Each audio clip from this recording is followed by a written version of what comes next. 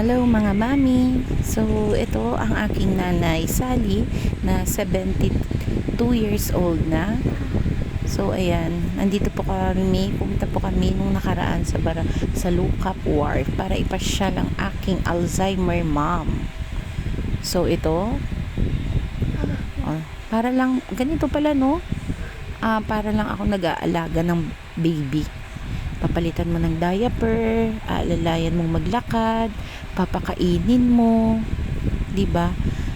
Ganun talaga ang buhay, umiikot lang. Kung noong bata ako yung inaalagaan. Ngayon ako na yung mag-aalaga sa kanya, sa kanila ng aming tatay o daddy. Napakasaya kasi at the age of 72 kasama pa namin siya. Sana maibalik pa namin yung mga sakripisyo at mapagaan pa namin yung buhay niya. So kami ng mga anak, maswerte kami. Kaya mahalin natin ang ating mga nanay habang andyan pa sila. Diba? Happy Mother's Day, nanay ko.